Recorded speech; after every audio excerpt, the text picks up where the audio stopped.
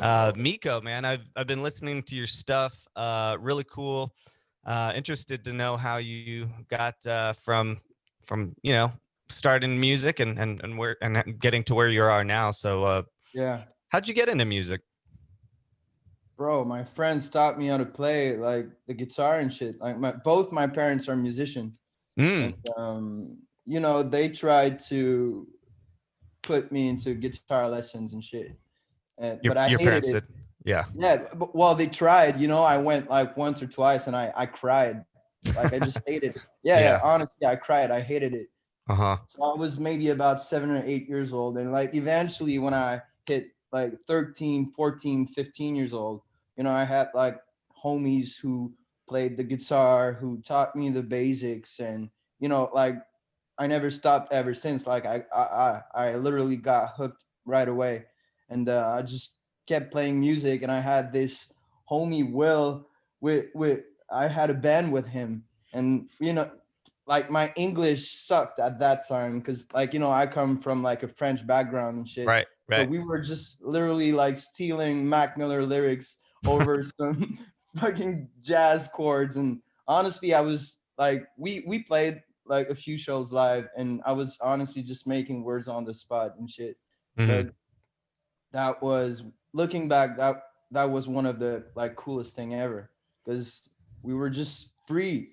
Like Yeah. when you think about it, like more and more I learn and become a professional musician, and I'm less free than I was when I was 14 or 15 years old. So that's the idea, and I try to tap into that feeling again now that I'm 22 years old, and like putting out some music. Like I want to get back to just being as free as stealing Mac Miller lyrics and not even speaking English on a stage in front of people and just having fun. And I was just playing the guitar and singing, and my homie Will was just playing guitar licks on the bass, and that was awful, like the worst performance ever. But we just never thought about it being wrong or bad or anything, and that's the idea. Yeah, the expectations can get you overthinking sometimes when you're making music, right? Bro, overthinking all the fucking time, bro. That's why So, some of the best music is feels so effortlessly. yeah, It's because no one wants to feel like they're overthinking when they're listening to music either. They want it to feel natural. no, you're right. You're right. It's I don't know. There's something about like there's so much good music out there and shit. And it's so easy to compare yourself with like a bunch of different artists or genres and shit, and it can get like, oh shit, I don't know, it gets exhausting to compare yourself with other people. And I feel like when I was 14 or 15 years old, I just didn't care, Mhm. Yeah. and yeah, I'm working on it. I want to get back to this mindset of like being naive and ignorant, and that's the idea.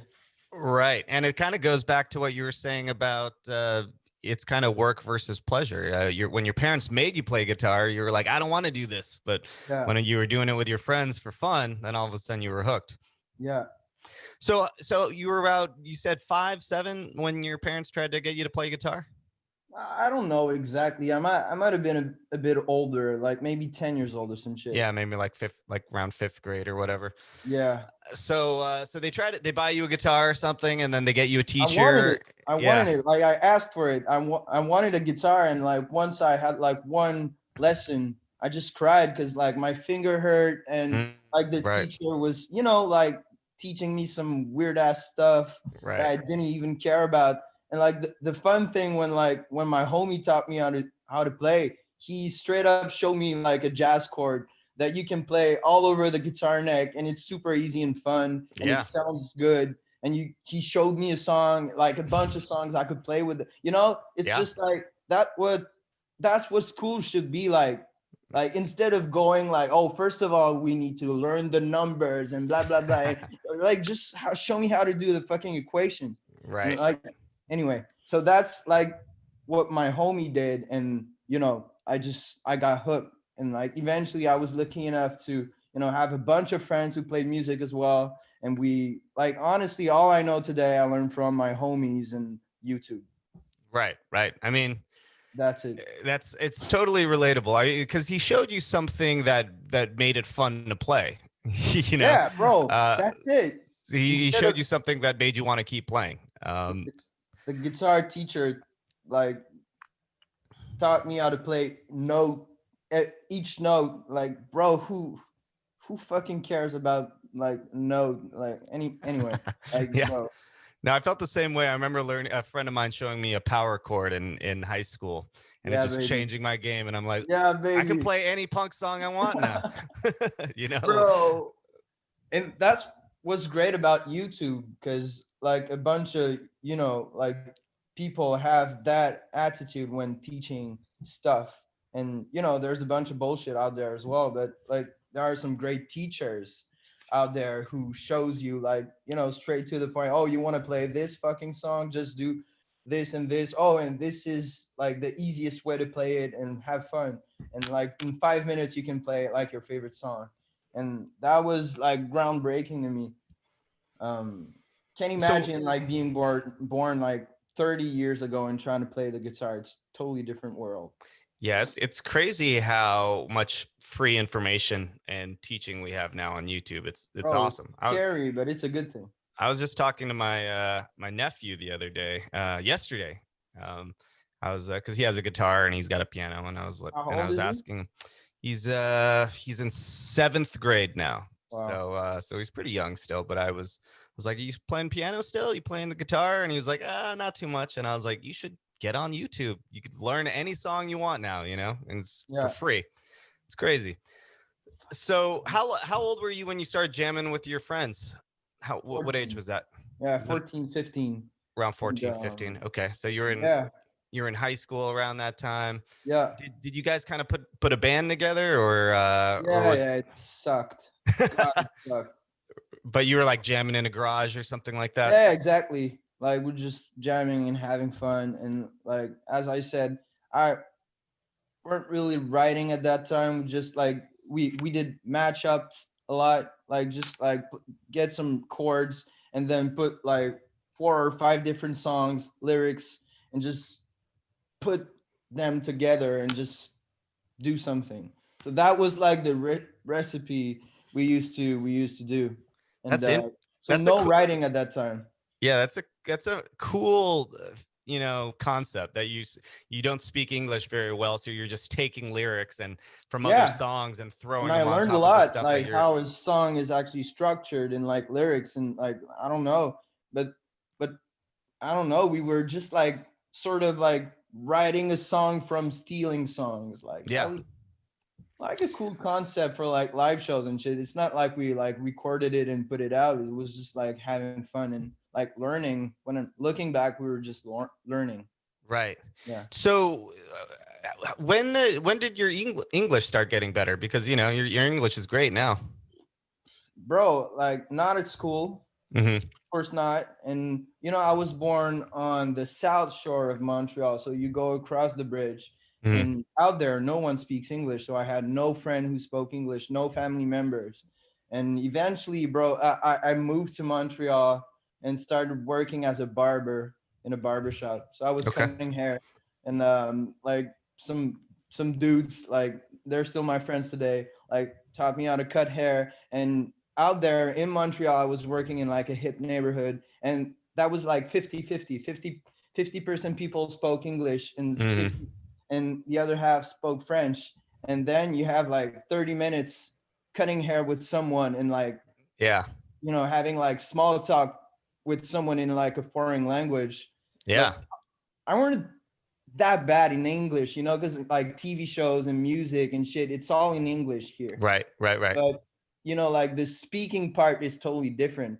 So Hmm. I could understand, but I couldn't like speak properly, and it sucked. So Right. like working in the barber shop and just like having like 30 minutes long conversation with people. Hmm. Like at some point I was getting better, and making music in English as well, like looking up words and pronunciation and like repeating it and like singing. And there there's something about the sound as well. It's just we're just making sounds at the end of the day. We're just like blah blah blah. It's sounds. So what like the making music part and singing and learning how to sing and just repeating the sounds, I think it's much easier to learn a different language and the right pronunciation when you're used to it and you're used to singing and shit. But Totally. it's definitely still a challenge today. And bro, I'm working on it because like even if my English is not so bad, I feel like it's still keeping me from being 100% myself. And honestly, being 100% myself is my greatest strength Right. usually, you know? Right. You're still having to think about it a little bit. Yeah. So Yeah. I'm maybe like 90% there, but it Mhm. still keeps me from being 100% myself, which Right. is my greatest strength. So Right. it sucked. So Yeah. I'm still working on it, man. But like it's still, I don't know, it's a cool challenge as well. Like, and eventually, like, I don't know, I feel like speaking French is also a good thing. Yeah. Like it's like You're it, bilingual now. bro. Yeah, honestly. So you and your friends start jamming around 14 and 15, and you guys start recording tracks. So you No, record. You are not. When do you start kind of putting music together that you start thinking is, hey, I might be able to do something with this? that was on my own. That wasn't with the band. Mm-hmm. Um, I know that one of my close friend pushed me into start producing, and like I had GarageBand on my computer, but then like fucking around with loops and shit. But he Mm-hmm. was on Logic, and he showed me a bunch of stuff, and he pushed me into oh, you should start producing and recording yourself. And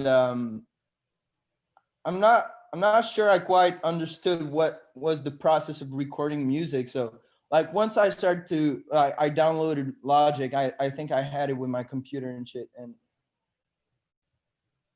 like the first time I actually recorded a guitar and sang, bro, that was like an aha moment. I just realized I could actually make a song, bounce it, put it in my phone and show it to my friends and listen back to it. That was like mind blowing to me. So before that, I don't think I quite understood the concept that I could make the same music that I was listening on, Spotify or on the radio. And that was like an aha moment. So once I realized that, bro, I got hooked. I was making like three, four songs a day every day. And I Wow. had homies I could share music with, and tricks, and we just like, and still to this day I'm making music every day with them. Like those are my homies, and we just like grow as producers, writers, singers, and we just like help each other out and make music. And but yeah, that was like in a groundbreaking moment to me. Like just, oh shit, I can actually make the music that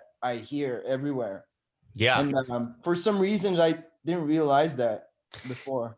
Did you do you feel like that time in the barber shop helped you be more confident to write your own lyrics? Oh, honest, for Yeah. sure, and Yeah. like a bunch of different factors as well. But just growing as a human being as well. I think, and like you know, I'm always the worst guy in the room when it comes to like making music and shit. So I always learn from like so many people. And lyrics wise, I had homies who were so good with words and shit who taught me a lot, and music wise as well. So it's a bunch of different factors. But like I feel like I'm constantly learning from like the people surrounding me. Yeah, I mean, I wouldn't say you're the worst one in the room because you've had some crazy success so far. So Bro, obvious. I'm literally always the worst guy in the room, and I like it. I like it. Like Well, it that that's way. I guess that's a good mentality because you're always open to learn. I think Yeah, is what you're saying, exactly. which is an important trait to keep. So you start recording these songs. You kind of have like a aha moment, like you said, and light bulb goes off, and you Yeah. realize that you can actually make some pretty rad music on your own. So at what point do you start putting it out, and do you kind of get a plan together and say, hey, I'm gonna start putting this music out seriously and maybe trying to get Yeah. some people to actually listen to it? Took a while. Took a while. Like I was posting on SoundCloud a bit, but like I deleted the stuff because it sucked. And Hmm. but like SoundCloud was a great platform for like starting out and seeing Yeah. like the response and shit. So yeah, SoundCloud at first. I deleted the songs, and eventually, like around the age of like I'm 22 now, so like in last year and like 21 years old, I was ready to finally like put music out there and distribute it on every platform and shit. And like I'm still riding that wave at the moment, and it's fairly recent, so it's like a year ago today. Well, not today, but like bro, almost today, like October 25th last year, I dropped my first single. So it's still like fairly new to me, putting out music, and like, bro, that's unreal. I like it. And I definitely got a bunch of music in the bank, but like I'm also taking my time because I know I haven't found my sound yet, and I'm working on it, and I'm exploring and trying a bunch of different shit and making music with people.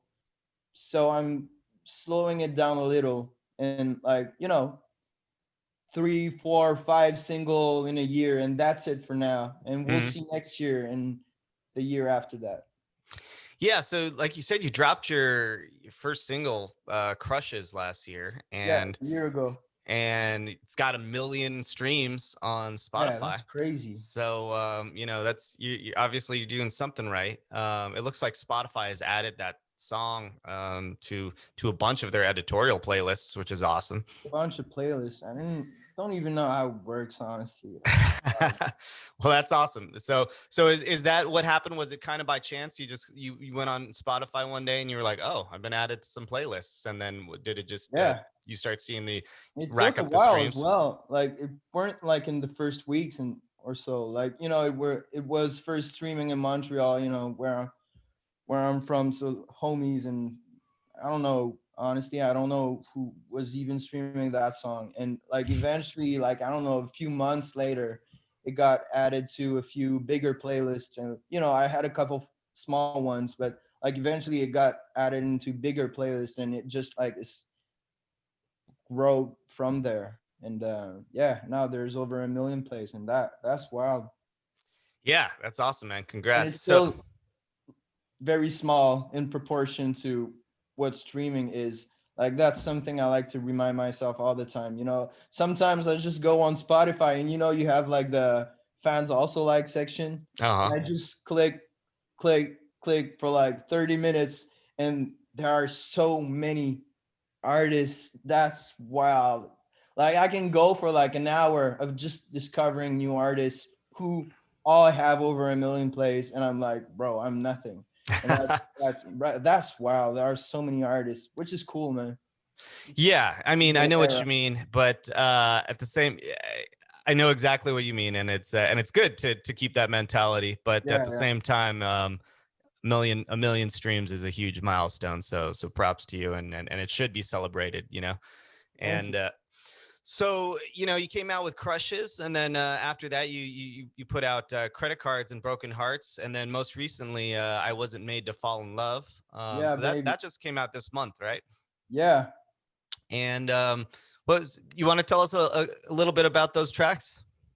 So I was made to fall in love. I wrote a year ago, like around the same time I wrote Crushes. So Hmm. Crushes, I wrote it, and not long ago I just released it because I don't know. So I just released it, and around that same time I wrote I Wasn't Made to Fall in Love.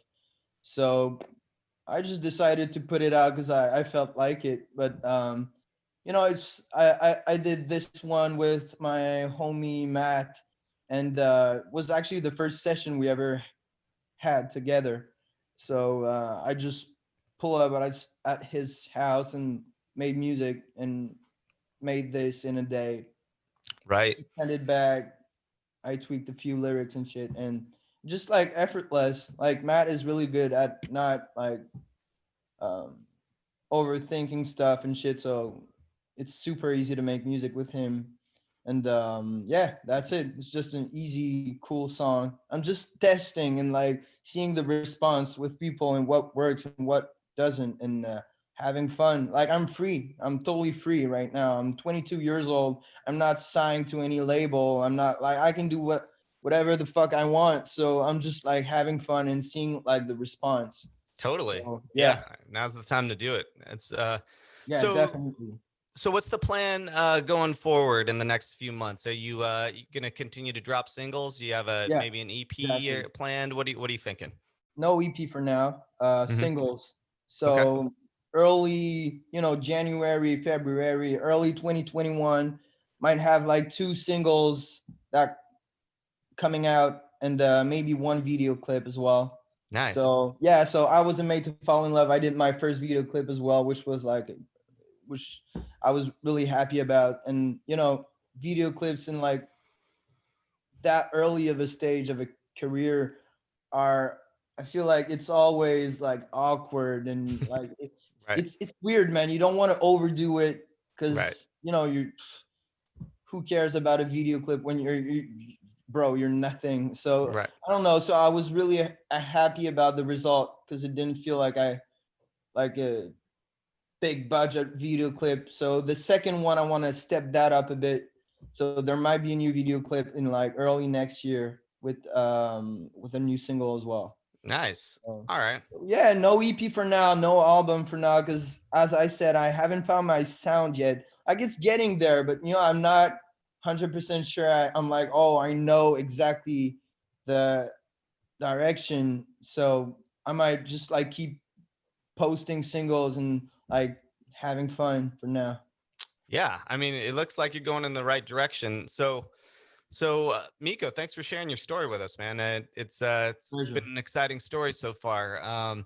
So for someone who was just, English was his second language, Yeah. learned English, started putting out music, self-producing, and has got on countless Spotify editorial playlists. You got over 1 million streams. If you had one piece of advice to give to aspiring artists, what would it be? Have fun, bro. Like that's exactly what I'm working on it at the moment. Like getting back to the spirit when I was just having fun on stage with my homies, stealing lyrics and shit, even though that was like bad. And like don't even think about good or bad, just do what feels right and have fun. That's it. And that like everything needs to be playful as well. When you're making music, it needs to be like Lego blocks. And having when you were playing Lego blocks as a kid, you weren't thinking is that good or bad. You were just fucking building a tower. And it's the same thing with music. Just have fun. That's it. Bringing it backward.